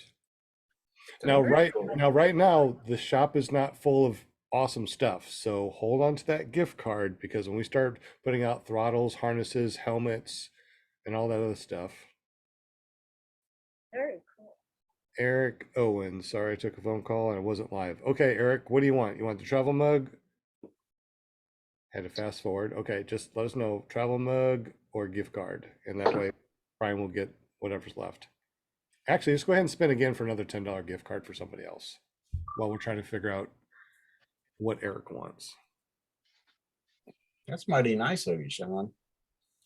I know this is so fun. Also, if you are listening to this and it's not live, do me a favor, go to paramotorarkansas.com, create an account, text me 501-747-3558. Say that you were not here live, you're on the Memorex, you heard it, you texted me, you made the account. Oh, Louise. Oh, again, All right. 2-time winner. Yeah, look at Mr. Dana. I'm sorry, man. You almost had it, dude. Congratulations, Louise. Maybe you Luis should play the wins lottery or again. something. Eric said he'd take the $10 gift card. Okay. Eric said what? The $10 gift card. gift card. $10 gift card. Now I have the what do you call it? Not the authority, but the whatever. That if I want to give you a $20 gift card, I can do that instead of 10. Prerogative. I can prerogative. See, thank you. All these words that Grandpa forgets because it's late at night. I can give you more if I want to. It's okay. At least you know how to find a link. I know how to find a link. That's one thing I know how to do. So Brian gets the cup, then the Vortex Arrow mug, Yep. travel mug. Brian gets the travel mug. Deweese gets a $10 gift card. So And a hat and a magnet. oh, she won yours. Yep. Yes. Jeez. All right. Yeah. From now Raking on, it home. one Deweese, go She to won their. twice. one winner per show, okay? Oh, So since Deweese, since you won the hat and throttle and another $10 gift card, how about we take all the winners off and let's spin for another $10 gift card? Okay. That sounds fair. Yeah, just because, I mean, I don't want somebody to go, man, All right, so We spent who were the 20. winners? Yeah, I know we- it was, Eric Yeah, we got Owens. Michael Jasper. Michael, like I said, Michael, if you would just go to ParamotorArkansas.com, Oh, you were right there. Deweese, you were already there. make yourself an account, and then text me 501-747-3558. Let me know that you stepped away, but you did win something, and I will send you something out. okay, Brian, okay, so Deweese. Right there. Okay. And Michael Jasper. did I pass him? Two more Yeah. down. Right there. Oh, too far. Boop, boop. Where? Up. There he is. Here you go. Right there. I know they blend in, all the names. And then there was a Brian Franz. Oh, you were already. It was up higher. There it is. I see him. Well, all these Better weird than Franz orange chicken and images. Franz. All right. All I think right. that's it. Okay. So we're going to spin again for another $10 gift card for Paramotor Arkansas. Like I said, hold on to them. I'll make sure that they never expire. We got Black Friday is going to come up, and we're going to have all sorts of good deals. And these cards can be used on any deal that's out there. Right on. Tell me when, Sean. Are they stackable? I don't know right now if the store will stack. I don't see why not. But Mr. before- Dana says to take his name off the second. Oh, I do have him on there twice. Okay, I will do that. All right, but he's still there. All And right. once again, if you make an account over at ParamotorArkansas.com, I will go through new people that signed up tonight and hand out some gift cards. So it'd behoove you, just for fun, make an That's a account. funny word. Who? Behoove. It's one of them funny words, you know. Say when. When? All right. Let's do this thing. The suspense is killing me. I love doing this. I'm glad that we are going to be able to do this a lot more. And also, too, let me know what you want to see on our Paramotor Arkansas shop. We can put pretty much anything you want on there. We got a lot of things that. Who we got? Oh, David It'll Ray. be close. It's going to be right on the line. Oh my goodness! Or PPG, is it? Yep. Yeah. Oh my goodness, that's awesome! Yay! Aurora PPG. Congratulations. You know, I know what I'm going to get you for Christmas, Sean. A gift card holder. A gift card from Paramotor, Arkansas. I don't know if they're transferable or not. So that'd be interesting. I mean, like I said, we just went live with the .com, but we've been running in the background with beta testers. So I think it's good enough now to start loading it up with a lot of cool things. Yeah, I guess. I mean, yeah, send me a $10 gift card, right? Yeah, man. If they are transferable, and I'll find out here in a little bit once I check them out, mail them out to your friends if you don't want them, or a student that you know that might need something. You know, we'll try to hook everybody up. All right, so it is 8:23. This is officially the after show. We gave away a bunch of stuff. Make sure you hit those thumbs up if you haven't done so already. We definitely appreciate that. We're talking with John Allen from winpirateppg.com. Really amazing guy. I've been talking about how he bought 40 acres out in the desert and started up his own paramotor flight school, which is awesome. He flies trikes, he flies foot launch, and he goes on really incredible XCs. So let's hear more from John. If you guys have any questions, make sure you say hi in the super chat and ask the questions. Anybody on the panel have any questions? Make sure you say something now or forever hold your peace. No, you can always talk. I don't care. So John, anything else cool that we should know about you or know about your school or anything like that? I And if not, how about you tell us your .coms again real quick for people that may have forgot or just tuned in. Okay. Yeah, it's Wind Pirate PPG. That's Wind Pirate ppg.com. And then I have Instagram. It'll be down there under Wind Pirate. TikTok, Facebook. I think it made me go Wind Pirate PPG Gear on the Facebook page. And then yeah, it's just good stuff out here. Arizona, make sure you guys put it on the calendar, come out to the circus, or Salton Sea or something to get out here when it's nice in February, and when it's sunny here and it's cold and snowy and rainy everywhere else. That's kind of the best part about here is we have summer, and then we have more summer. So not really a winter thing. It just melts you in June and July. So you can get out of the snow and come check out historic Arizona and see a cactus and go do some flying.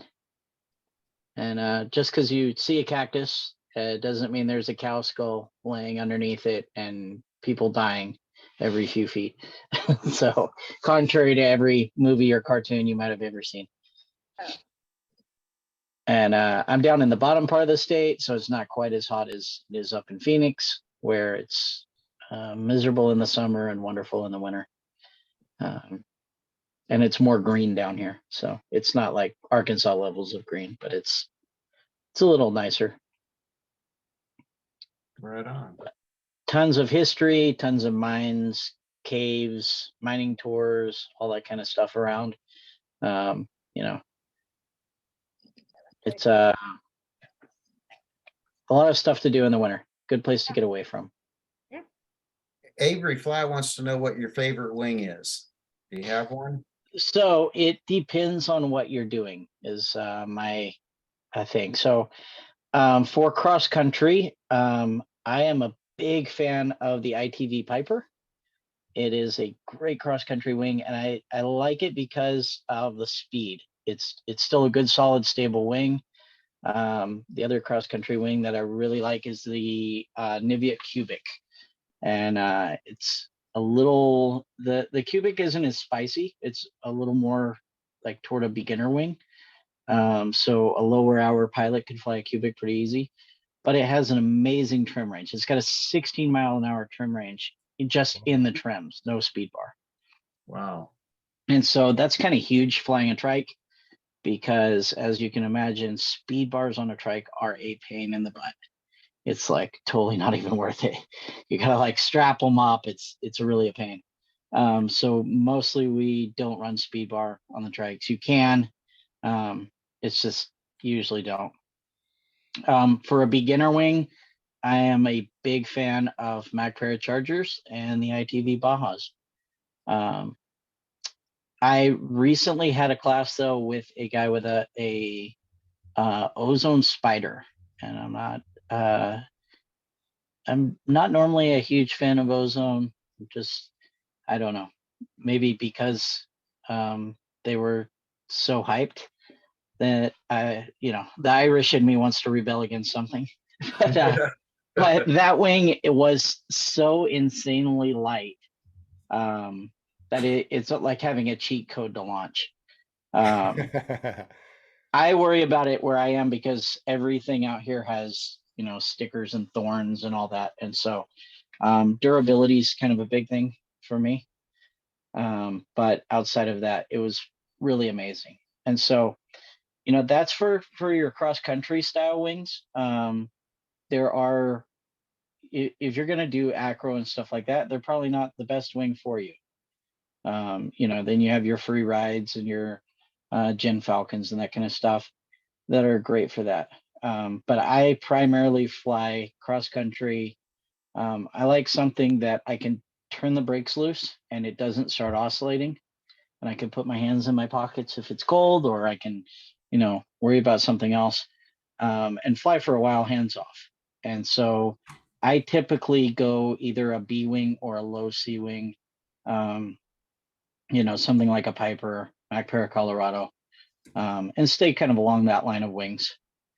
But there's a lot of good wings out now. You know, the technology's come so far that anything that's the last 5 years, for the most part, most of your major brands have really nice wings.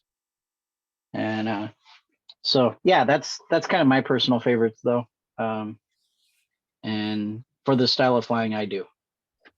You had mentioned the trims, and I was talking to someone not too long ago about the trim range, and how it kind of doesn't it kind of make the speed bar irrelevant to a certain degree. I mean, um, you've got such a Well, wide a trim range that, I mean, I guess competition flying, it would make a difference, but yeah, so speed bar is, I mean, really, if you look at a lot of the free flight guys, they use a speed bar more like a gas pedal, you know, where you just push it and jump into a thermal or you know, get over into that ridge lift or whatever, and they're on and off of it all the time. Where mostly with the motor stuff, we tend to like slam it to the, you know, floor it and hold it there, and you're Mm. flying around and looking kind of goofy with your legs sticking straight out. So the trims do make a huge difference. For foot launch, I know a lot of the guys love the fact that you can get off of the speed bar really fast. And if you're doing the acro type stuff, then it's really nice because you know you can add power when you need it, and you're still, you know, working with your tip steering or depending on your wing, tip steering or brakes or whatever. yeah, But you're talking for about the cross low to the country, ground stuff, like when they're doing like slalom or competition flying on the speed yeah, bar. yeah, or even just your regular, you know, acro, where they're needing to add speed in certain places and then get back out of it. I don't do that. For one, I would get motion sickness really, really fast. So anything over a wing over, I'm kind of out. I love flying, you know, right along the ground and top of the trees, and probably a higher risk profile than most acro stuff is. To be honest, because Yeah, you know those guys are doing it at 5,000 feet, not three. So exactly. um, typically, if I have an engine out, I'm like, oh crap, I got about three choices within 10 feet to land.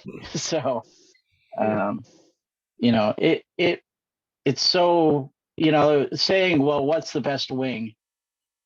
You know, we were mentioned right before we went live, that Sean, you said you own a Prius or owned a Prius, one of the two. Mm. Um, that's great if you're needing gas mileage and you're needing to travel and stuff. I've got a 3/4 ton pickup because I pull trailers all the time. So it depends on what you're wanting to do, your style of flight. Yep. And just because somebody, you know, that's maybe a personality says, oh, this is the best wing, I love this wing. If they don't fly your style of wing, it may not work for you well at all. And with the trikes, for instance, I fly a lot of wings. I fly a bigger sized wing than a lot of people do because I fly a lot of, you know, I'm at 3,500 feet here above sea level. And I fly a lot at, you know, 4,500, 5,000, 6,000 feet above sea level where I'm taking off. And Hmm. to me, I would rather have the short takeoff and landing than I would have the cross country speed. Yeah. That's why the trim range is great for me. But if you live at the coast, yeah, you can drop down and fly a much smaller wing and do great with it. So, you know, wings are like pants. They fit everybody a little different. So Yeah. it's not a one size fits all thing. Yeah, and you kind of want what you don't have is what it, because I mean, I get the wing that I fly now, I get decent fuel economy with it, and but I want to go a little faster, But then Yeah. if I want to go a little faster, I'm going to get a wing that's a little smaller, and then my fuel economy is going to suffer for it. So Or yeah, you can change up the type of wing you fly and go faster. And it's not a bad idea to develop a quiver of wings. So I usually have a more, you know, advanced wing, kind of in that C range, and then I keep a low B or an A wing in the trailer, And sometimes I'm like, oh man, it is really trashy out there today. So I'm gonna jump back and fly a Charger or a Baja or something like that, and this beginner wing, because I want it to be a brick wall up there and not move. That's a good point. And Yeah. especially if you're flying areas that are not conducive to landing. If you're flying a lot of really rough terrain, places that if you do go down, it needs to be a spot land. And if you're going down in brush and that kind of stuff. So Right. And if your dogs say it's rough, you better not do it. But I'm pumped. Okay. You know what they call that? I just learned the other day what they call that. But I'm pumped. Whatever, that drum. Is it a rimshaw? Anyone ever heard of that? Rimshaw? I know there's a name for it, but I don't know what it is. Yeah. Well, anyways, just a little You extra. you see Linda without her glasses, right? You know what that means, right? Yep. Oh, yeah. Time to do a Is thumbnail. that what it is? Eric, All I right. hear you, man. I like I still got my speed Don't button. notice. All right, big thumbnail. I'm good. All right. Okay. That one. Okay. Let's see. I gotta get 1, 2, 3. We got it. Sweet. You're awesome, Sauce. Awesome sauce. Hey, speaking about awesome sauce, Rim Jim. shot. Avery says it's rim shot. Okay, that's good. Hey, Sorry, What's Sean. up, I get Avery? excited about. No. I'm glad that we figured it out because hey, we always learn something on the show, right? yeah. Always. We learned that Jim, he has a printing company called Care PP. So we got him careppg.com for his YouTube. So he has careppg.com for that.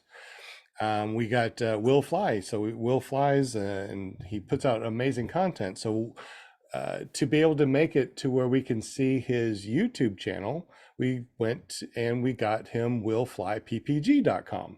So if you go to willflyppg.com, it goes straight to his YouTube channel. So if you don't have a lot of people that have subscribed to your YouTube channel, getting a .com that forwards to it makes it a whole lot easier. Like if you don't know how to get to my YouTube channel, I'll tell you what, just go to iflyparamotors.com. And guess what? It forwards over to my YouTube. Linda, she helps us out with the PR and she helps book people on the show. So we got her paramomusa.com. So if you want to go to her Facebook page, you go to you go to paramomusa.com and it goes over there. Now here we have Joshua. He's a new guy in the house. He has proven that he wants to be on the panel, and he's been here before his show, during his show, after his show. He's always here, even when he only had one eye, right? Yep.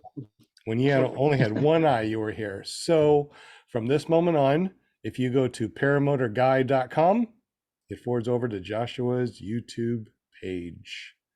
Paramotorguy.com. Now send that one out to your peeps. Paramotor Guy. Appreciate that. All right. Dang, man. You got a good one. Yep. Yeah, that is cool. We got Paramotor a full Guy. channel here, I have to You tell got- you. My So I got a team is question. rocking it. There's you have Mac Para Chargers, you have Mac Para Colorados. Mhm. I'm sure you've flown both of them. Yes. What differences do you find between the two? Pretty big actually. So the Charger, so MacPara kind of has their very docile A-wing, which is the Muse. The Charger is a very small step up from that. So it's a wing that you can teach on, but you can fly it from a beginner up to 100 hours. It's just a good solid wing. With that, it has tip steering, but it doesn't have like 2D steering. You can tie it in as an option. They won't, do that for you. But it's made to be a solid beginner to intermediate wing. So because of that, the brake pressure is pretty heavy. You've got to really crank on the brakes to get it to turn up sideways. The Colorado is a pretty good step up. It's got 2D steering and it carves. I don't know really another way to describe it other than, you know, if you ever ski or wakeboard or anything like that, you get on really good glass water the skis just kind of dig in and cut, and you can feel it, you know, through your whole body. That G-force kind of carves down in there. And your more advanced wings like the Piper or the Colorado, they grab the air a lot better. And you have like 3 inches of brake travel in a Colorado to do what 12 inches does in a Charger. Which means if you're a beginner and you jump on a Colorado, you can get yourself in a lot of trouble if you overcorrect. You know, you're going from a Toyota sedan to, you know, a pretty active sports car. Because of that, they're a little harder to launch. You're coming in to land a little faster. So, you know, they're more efficient. So you got to burn that energy off. So a Colorado is definitely something to graduate into, where a Charger is very much a beginner wing. And it's, but I like it because it's, for instance, I've had a Dudek Universal is to a degree just because it has so much trim range. But like the, what's the Ozone beginner wing? I'm drawing a blank here. Mojo. The Mojo. It's a beginner wing, and you're probably going to be bored at 25 hours. It's kind of biggest really cool feature is I don't think it's possible to overshoot yourself with a Mojo because it needs so much A's on launch. But it really, like, you can hang on the A's and launch. So it's very forgiving in that way and very stable, but it's made to be an entry, you know, A level, and then graduate out of it pretty fast. The Charger's a little bit more active than that. So you can advance on it a little farther, but you're going to spend a little bit more time learning how to kite it. What about going from the Charger to the Piper? Yeah, you could step to it pretty easy because the Piper's a cross-country profile. So the Piper, the biggest adjustment you're going to get is the Piper's a fast wing. So for instance, one of the guys I fly with in Idaho has a 25-meter Piper. He flies with a guy that is on he was on a Warp, and then he went to a free ride, and I think he's flying something else now, Chris Mackin. And it's like a 16-meter, and if he's not on speed bar, the Piper will keep up with it trimmed out. So it's a very fast cross-country wing, but because of that, it's a solid wing. So you can go from like a Charger to a Piper pretty steadily because it's a very stable wing in turbulent air. So you're not going to get that responsiveness if what you're wanting to do is, you know, get into your wing overs and spiral dives and, you know, really turn up on end. That's where your free ride and that kind of class of wings really shines.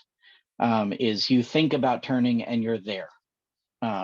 The cross-country wings like a Piper, a Colorado, Cubic, they're not going to be as responsive, but it's on purpose to make them a little more stable.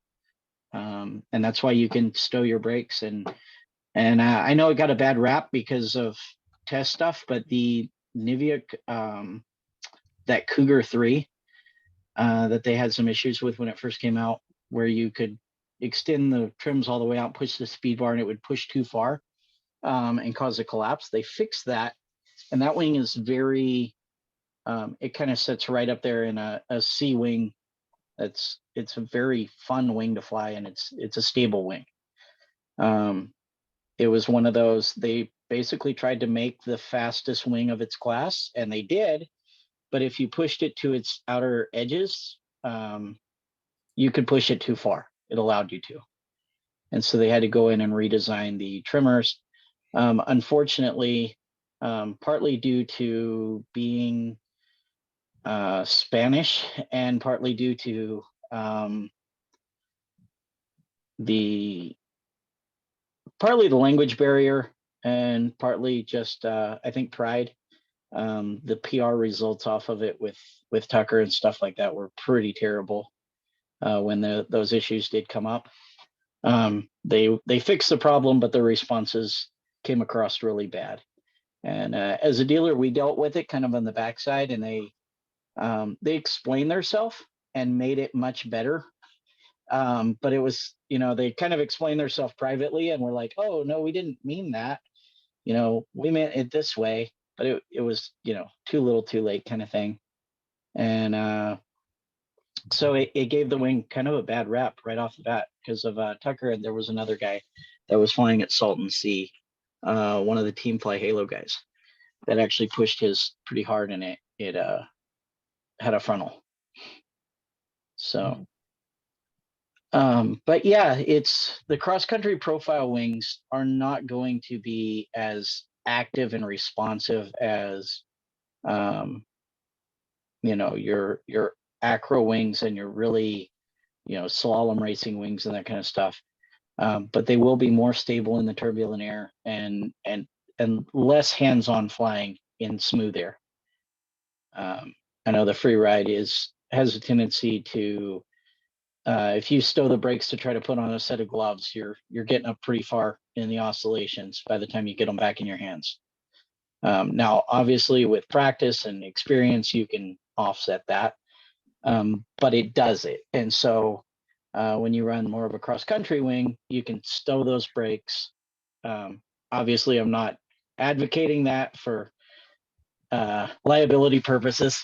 So I'm not saying it's okay to ever stow your brakes when you're flying. But you can go hands off and relax a lot more, and they will fly straight and level. And so it's all trade-offs. Fly with a small wing, you go faster in the air. Fly with a big wing, you're going to land shorter, be floatier. As long as you stay within your weight ranges where it's safe. Get a wing that suits your flying, your style, and stay within your skill set. I think pushing boundaries is a great thing in our sport. We actually had a discussion about this the other day on the chat because I brought it up. I'd love to have the discussion about it, but pushing boundaries is great. But I think especially as new pilots coming in, our sport is it's very easy to push boundaries very fast and far when you're new. A lot of times, coming from dirt biking and stuff like that, when you're new, if you try to push past your skill level, you tend to just wreck, and it kind of holds you back. Where in this sport, you can push pretty far before you get a correction, and then it can be very drastic. So you can push your personal boundaries, but just never push off of somebody else's boundaries. Because you can start flying, you can have the same amount of hours as somebody else, you can have the same amount of time in the air, and people pick it up differently. Some people have a knack for it, and they can, for instance, I don't know if you guys knew Dustin. I just drew a blank on his last name. The street bike racer that died a couple years ago. He was flying. He learned in November. Apgar, yeah. He learned in November, and he had 400 hours on by April. And advanced insanely fast. Was probably one of the most just naturally talented people when it came to paramotor. He was one of those guys that saw somebody do something once and could do it. And but he pushed the boundaries on the edge of the envelope all the time. It was how he lived his life completely. I mean, the guy rode. He rode for Evel Knievel's tour group that went around. And trick riding and did helmet drags on super bikes going around the track doing 200 miles an hour. He just was the guy that pushed the envelopes, and it caught up with him on a paramotor, actually at our field, with several of us there.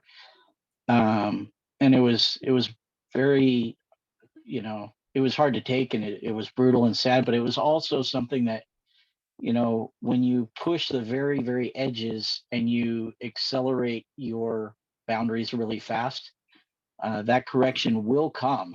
It's just a matter of how strong it is. Actually, I think Chris Santacroce put out a video about corrections a couple years ago that was just really spot on about, you will have, usually at, I think 35 to 50 hours, you usually get your first correction. Around 100, 150 hours, you're going to have another one. And it may be a blown launch that, tears up your wing. It may be something that just scares the crap out of you and you're like, oh, I need to slow down. Or it could be an injury. And the goal is to try to keep those boundaries to a place where when the correction comes, you're prepared for it and you're within the levels enough that it isn't either causing a lot of injury or fatal. Man, So- that you could not have said that any better. I mean, that was just like spot on. Yeah, I was talking to a friend today, and he pushes the limit. I mean, he's a pretty low time pilot, and he's just always pushing. And I'm like, man, there's no rush. There's no reason to push things like that. I mean, all the acro or whatever it is, that stuff will come. And yeah, it's kind of But scary. there's some things you can do to mitigate the risk if you are going to push the limit, because some people's personality is just to push that limit, and try to rush it. But if you are, get a reserve and push it high. Go up high, get room to recover if you do get a correction at pushing that limit. Don't start your wing overs getting, over the top of that I don't know what that pendulum mark is, but you can feel it, where you go from, a shallow wing over to that point where you start getting up above and you start getting, the weight change in the lines and that kind of stuff. Don't do that at 100 feet. There's no recovery space for that. So, if you're the kind of person that's got to push it in the safest way possible. Kind of my rule of thumb is anything that I'm going to, for instance, if I get a new wing, I keep it to one new thing at a time. So if I get a new wing and a new motor, I'm flying the new motor with my old wing, or I'm flying the new wing with my old motor. I never change up two things at once, and that kind of keeps it to where, especially like if you jump up in wings, or even just adjusting your wing. Sometimes when you get a new wing, the brakes are not adjusted right, and you go up and then you come in and you go to land and you flare and you're halfway to your waist and realize that you're not got near the flare you should have, and the brakes are way too long and you're trying to wrap at the last minute or whatever. Stuff just, or they're too short and it's pulling on you. If you're worried about the new motor that you're not used to, or something at the same time, it just compounds. So if you gradually just introduce, don't get a brand new wing and then try to learn a new trick at the same time. Get comfortable with that wing, get some time on it and learn it. And wings have a personality. And different sizes of wings, you can fly one side, say a 25 meter in one wing, and then a 23 meter will act completely different. It's just kind of the way they are. And so if you fly the wing, get used to its personality, and learn to adapt to that, then it mitigates a lot of those risks as you advance. Yeah, some of it's just muscle memory too. I mean, you get used to what you're flying, and then just small little nuance change can make a difference and throw you off your game.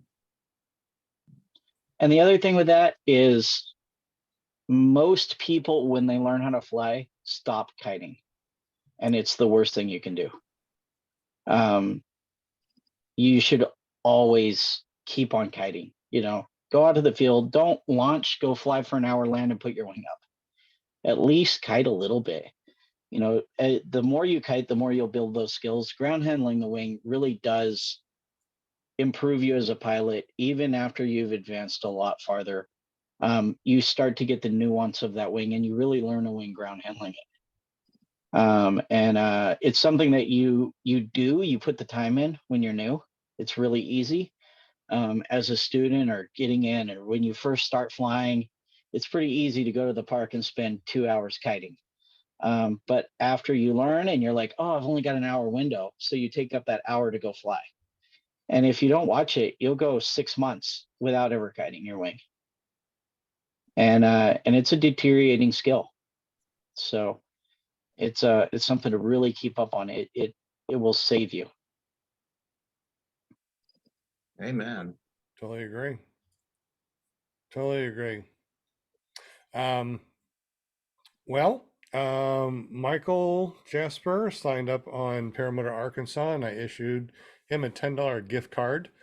And let's see, Joshua Marsh was on there, so he got a $10 gift card. Deweese Milstead, we got you a $10 gift card. Wade Collins got you a $10 gift card. And John, you got a $10 gift card. Why are people why are you guys not going to paramotorarkansas.com and signing up? I mean, just go there and sign up, and let me issue a gift card, because we're going to be putting a lot of really cool stuff on there. Can we use our $10 gift card to buy a $10 gift card? Unfortunately, gift cards can't buy gift cards, because I tried it. I can't do it. I'm like, oh man. But we did get a couple people that bought stickers. So if you want to buy stickers with your $10 gift card to see it work, please buy some stickers. We'll send them out, courtesy of Jim over from carepp.com has hooked us up with a bunch of stickers that we are sending out. Hey, and for those who aren't familiar with the state of Arkansas, it's not spelled the way it sounds. No. Spelled slightly different. But I'm going to go up there. I want to see if I can get a $10 gift card. Yeah. Go to paramotorarkansas.com, sign up. Let me issue a $10 gift card, buy some stickers, and yeah. Paramotorarkansas.com. Sure.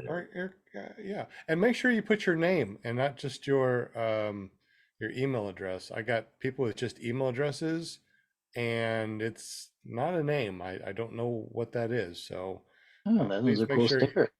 make sure you sign up with your To actual. sign up, you have to go to that little. How person come at the Arkansas top. is not capitalized? What? Sorry. Or what? Oh, on my logo? Is that what you're saying? Yeah, Yeah. but then I accidentally cut Jim off. Yeah, So. I think that we're gonna rechange that up, the logo, to where the P for Paramotor and Arkansas, the A is capital on Are the you logo. putting a little trailer park over in the corner too? Well, yeah, of course. Not after he gets the capitalization right. So you need to create an account. Is that what you're saying? That's it. Create an account. Gotcha. Just go up to the little person up there, and right underneath the sign it says create an account. And then we're going to be putting all sorts of stuff on there, including our podcast, different podcasting, all the different podcasts that are out there. We already got a page for that. I just don't have a menu button for it yet. And like I said, I'll tell you all the things that we're going to be getting. Wings, all the different wings you can possibly think of. We got a paramotor college that we're going to be doing. So all the things that you may want to learn or learn again after going through class, we're going to have that. We're going to have frames, all sorts of different frames, paramotor motors, all the different types of throttles, harnesses. We got the calendar that we're going to be doing.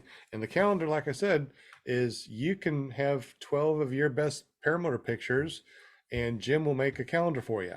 And we're going to make that available for everybody here in the future. Very cool. Yeah. And of course, you got to go to paramotorguide.com and click that subscribe button for Josh's YouTube, since he's going to be giving away something. And I heard he might even be giving away a $10 gift card from Paramotor, Arkansas. So, Bonnie Silly Bon Franz said they bought stickers. yes, I saw the order pop up. They were the very first people that actually bought something. So, you'll be getting something special also. Oh, wow. Yeah. Well, I mean, this is brand new, I mean, we just went live. We're going to be doing the Black Friday thing here, November. We're going to be doing some really awesome things. And the more people that are here, the more people that we can give away gift cards, the better. We're also going to be giving away some wings. Yes, a brand Whoa. new wing Whoa. we're gonna be giving away. Whoa, You mean whoa. like the big wing or the little Like a dude wing? go fly around, have a good time wing, all packaged up, ready to go. But we're gonna be giving away free My wings. gift card don't sound near as cool now. No. Give us a chance. Let me. I mean, we're not officially going to go live with this until January 1st. However, people that do know about ClearPop, our Paramotor podcast, gets to get in there. I need your help. I'm going to be giving you a bunch of $10 gift cards. Buy some stickers, see if that works. And I want to make sure this automated thing works and everything's good to go for January 1st of 2020. What's the next year? 23? That's going to be, dude, that's going to be our 4th year on this podcast. Just right around the corner. That's So unbelievable. awesome. So we're going to have to give away a bunch more stuff. We love to give away a bunch of stuff. Yep. Yeah. It is 9 o'clock. So anybody need to leave? Yeah, I think I better. Yeah. Me too. Dog's out of jail. All right. Well, it was really fun hanging out with you guys. John, thank you so much. Oh, thank you guys so much for having me. I definitely want to get up with you and talk to you about some stuff. Maybe tomorrow. You got my number, 501-747-3558. Yes, I have it. Anybody that wants to put that on their phone and you want to text me, by all means, text me. If you want something like a wing or something that's not on our site just now, let me know. I can get you some stuff. Okay, for the rest of you out there, since I have a microphone for a minute, if Oh. you have somebody's phone number, you can set them a 4 a.m. wake up call, just so you know. So, on, know. come on. I haven't had any problem with anybody. Now I'm going to start getting some wake up calls at the wrong time. So I'm going to blame it all on you. Yeah. I'm like, you are not my friend right now. Of course, I tell everybody that Right, my yeah. phone number is on my website. So, Ah. That's Gotcha. funny. but, Well, thank you very much, everyone. Definitely appreciate you guys for being here, joining up on the Paramotor Arkansas. Like I said, if you want to buy some of those stickers, let me know. I'll send you some gift cards. And Bonnie, I'm going to send you gift cards too, since you bought some stickers. Anybody that wants Awesome. anything, just let me know. I will send stuff out. If you won something tonight, Michael, you already were issued a $10 gift card. Eric, I didn't see you on Paramotor Arkansas, so make sure that you get yourself an account, and I will. Deweese? What's that? Deweese was actually sent a $10 gift card. Aurora PPG is not on our site, so I can't get you the $10 gift card yet. And if you do, just let me know. Just text me 501-747-3558, and we'll get you. Okay, just so you don't take them off, they also won the hat. Remember, so And right, and the also, magnet. Yeah, exactly. So Deweese won the Very cool. hat and throttle magnet. Yeah. Yes. So Yes. Deweese, I will get the information from the website from Paramotor Arkansas. So make sure that you typed in your address, and I'll send it over to John so he can send you out your stuff. Man, how fun is that? Always getting free stuff over here. Yeah. Very cool. And then shameless plug, go on USPPA.org and vote for me so all your dreams can come true. Oh, there you go. Oh, there you go. Anything All your else? I dreams mean, can come true. You heard anything that else, before. John, as far as, the things that you think that you'll be able to do once you are, on the USPPA, and anything that you think that you can do to help with? It's a general kind of help fit. So it'll be just working with Noah and Alexis and the whoever wins the treasurer spot as well, kind of on the board, making decisions on where we go forward with what the USPPA is providing, as well as um, you know some of the basic secretary stuff that's responsible for it. I as far as I know, I don't have to serve coffee to the other board members and you know take diction or anything like that. But Serving coffee is the we, best part of being the secretary. yeah. So overall, yeah, it's just kind of maintaining records and then working with them to try to make sure that we're giving good value to the members and to instructors in schools as well. That's kind of priority of making sure that instructors have training aids and tools that they can use, and then as just your members. I know they've put a lot into the magazines and stuff like that to get them out, and Yep. it's been a lot of work getting it kind of changed over. But they're looking forward to adding more benefits to being a member. Different possibilities of everything from insurance to possibly in the future trying to find flying fields that we can lock down access to. That'd be really good.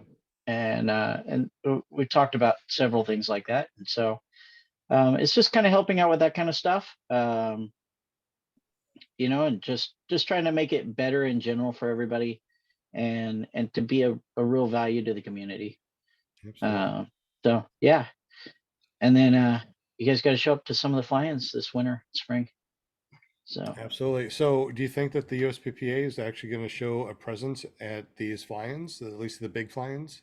yes, absolutely. I actually Nick and Noah were down this last week, and I know that Nellis Air Force Base is putting on some kind of like regular fly-in event, air show type of thing, and they invited them to come with the USPPA, bring some paramotors, and bring a Oh, booth to that event. And so they're going to have a presence up there in Vegas at the event, and so they're kind of growing that. They've been doing a lot of work together with some of the other communities, like the balloon community and that kind of stuff, um, to try to help the deal with the drones. Basically, some of the regulations they were trying to push through with requiring people to have ADSB and or I think that's the right term, but and then also some of it was very much like hey, 500 feet and lower is going to be drone territory. And so they've been doing a lot with the other communities, especially the hot air balloonists that are like, this can't happen. We can't right. get out of the way. They have no way to run. So Mm-hmm. um, you know, so they're doing a lot of work with that, but they'll definitely have booths working on material and stuff, brochures, all that kind of stuff, to start having more of a presence at fly-ins. And we've definitely had some conversations about making the USPPA swag a little more not 65-year-old swag. so so Swaggy. something that looks a little cooler. But obviously everything's got to be prioritized. It's a pretty small group doing it. It's all volunteer stuff. Nobody's out there getting rich doing it, and so everybody's got to live their life along with it, and it's a pretty good. I know from kind of keeping up with Noah, like the amount of work that's going into it compared to for not getting anything out of it other than just improving the community. It's really a labor of love. He's it's very time consuming, even stuff as simple as the magazine. I mean, with getting editors and getting the stuff all lined up, it's been a huge hassle. And so it is definitely moving in the right direction. They rebuilt the website, redid the magazine, working on a lot of training tools and resources and that kind of stuff. And I think it's got a good direction going forward. And they're also working on some stuff with like a more the USPPA cards being more kind of like your dive cards are, where it's the really nice hard plastic dive card, or the paramotor card that has like a URL or whatever, and you could literally scan it and see all of somebody's ratings, all of their stuff, really easy. And it would be, versus the kind of paper cards that they were sending out before, it's actually something a little higher quality. And so good stuff. But yeah, it's just working toward that and trying to get some value back to the community, as well as hopefully improving the quality of training across the board, as well as getting information out to people. Making training guides, making resources available. I believe he has it changed around to where even if you haven't done the training stuff, you can go take the test and know, hey, this is the kind of stuff I need to start studying for. This is kind of where I need to be. And it's a good thing as somebody getting into the sport to, you're not starting from nowhere. You have a good idea of, this is the kind of stuff I need to learn. I need to study this kind of, weather stuff or airspace or whatever it might be. And I mean, from an instructor's perspective, the idea of a student coming to you with already a pretty decent idea of weather and airspace and everything, to where you're not starting at ground zero, is amazing. Like it would be really cool, because most of the time you're like, okay, do you know how a wing works? And they're like, no. So, you have to all have the whole discussion about how there's magic dust in there, and if it falls out, when your wing turns upside down, you fall. Yeah. No, it's just very good if for new people getting into the sport to kind of get some direction, as well as they've been updating a lot of this stuff, so you can kind of go through the list of schools that are active and know what's kind of around you. It just good resources like that. So that's kind of the idea. Awesome. Well, Will Fly, I know that you got to get, so go ahead and say your sign offs and how we get up with you and your YouTube channel. Right on, man. And John, it was a pleasure. Great guest. Yeah, fantastic show. Yeah, you can get up with me YouTube, just search for Will Fly, or go online to willflyppg.com. Well, thank you, buddy, for helping us out on the spinning wheel of winning things. And I didn't see you on the Paramotor, Arkansas, but Jim was there, so he got a $10 gift card and a couple Dude, other people. I made an account.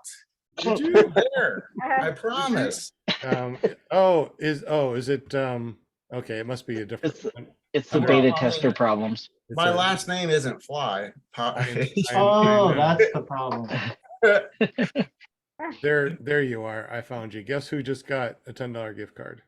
Yes. You did. So Eric got one, Jim got one, and Bill got one. So anybody that I see that pops up might get one. So, sign up and we'll see. And of course, text me 501-747-3558. Say, hey, I've been to your site. I signed up, but I didn't get a gift card. I want one. I will get you a gift card. John, I gotta ask you about next Monday, our next Monday show. But if we can go, after the show's not live or whatever. Oh, you want to talk after the show? Okay. Yeah. Oh, now you can Talk business. Yeah, we gotta All right. talk about Monday real quick. Okay, so what we're doing. let's go ahead and say goodbye, everybody. John, thank you so much for being on the show. John, Absolutely amazing. Thank you. winpirateppg.com. All your links are underneath paramotorguest.com. And of course, down here in the link. So if you want to learn more about John, just go to paramotorguest.com or any of our guests. We're going to start putting them on this new list, which is going to be really cool. And John, definitely appreciate you. Linda Anderson, if you want to be on our show, just get up with Linda. You can go to paramomusa.com. Joshua Marsh, he's in the background helping us out a lot, including playing all those videos. You can find him at Joshua Marsh PPG or his very new.com by going to paramotorguy.com before over to his YouTube channel. Make sure you hit subscribe and that bell notification. Also, our sponsor, Jim from Canada A from carepp.com. He takes care of us, all the decals, all the stickers, from calendars, everything, right? Jim, what else do you do? Note cards, What's that? business cards. Business cards. Yeah. Business cards. Oh. Yeah, what else? I need some business cards Okay. with my new logo. Yeah. I Wow. actually need some new And- business cards. And all I have to do is go to your QR code, click that, and say PPG Grandpa sent me. Hey, You betcha. sent me. So I get a That's discount, right? Arkansas. That's Arkansas. Oh, yeah, for y'all. He sent me. Awesome. Sounds good. All right, good deal. We got everybody right. So John, thank you very much. Thank you, Will Fly, Linda Anderson, Joshua Marsh, Jim from Canada A, and me, PPG Grandpa. We're going to go offline real quick because we got some things that we're going to be talking about, including what's going on next week, Monday, which is Halloween. Yeah. Ooh, We a have to Halloween do show. something on Halloween, huh? And Yeah. probably give away some Danny cool Williams. stuff too. Mhm. Annie Williamson's gonna be on board next Monday. Danny's going to be on the house, so make sure that he's on our guest chat, right? Yep. Danny, Oh, absolutely. Danny, if you're watching this, make sure that we get a bio and a nice little 3-minute video, which you saw in the front of this one, John. That little trailer video. I guess Yeah, you sent that to me for funniness, but yeah, I kind of did, but but it worked out. it was that Actually, worked out great. That was awesome. Yeah, really so like that. that's my middle child, and she is a mess. And she was doing tons of these little videos. She actually did one about horses that kind of went viral. And so I was Sure. giving her a hard time. I'm like, hey, when are you going to do this and do stuff for me and make me money? And she's 5, love and it. so I love it. she was always like, yeah, no, it's for fun. And then so I was out of town, and I came back, and they're like, hey, we made you a promo video. That's So Very but- cool. Very cool. but yeah, she's like that all the time. So it's love it spices up life. So good There you deal. go. All right, I cannot believe we're still here after 2.5 hours of yappity yap talking about so paramotors. I tell you, we love to talk about paramotors, but Yeah. Will needs to go and Josh needs to go, so we're gonna get off of here and talk privately real quick to find out what we're gonna do next week, which is gonna be awesome. If you want to know who is lined up for this week as far as all the different paramotor podcasts, go to paramotorpodcasts.com and it'll show you all the podcasts and how to get up with them and when they are on. So thank you very much, and we're gonna peace out. Boom. Bye. Night.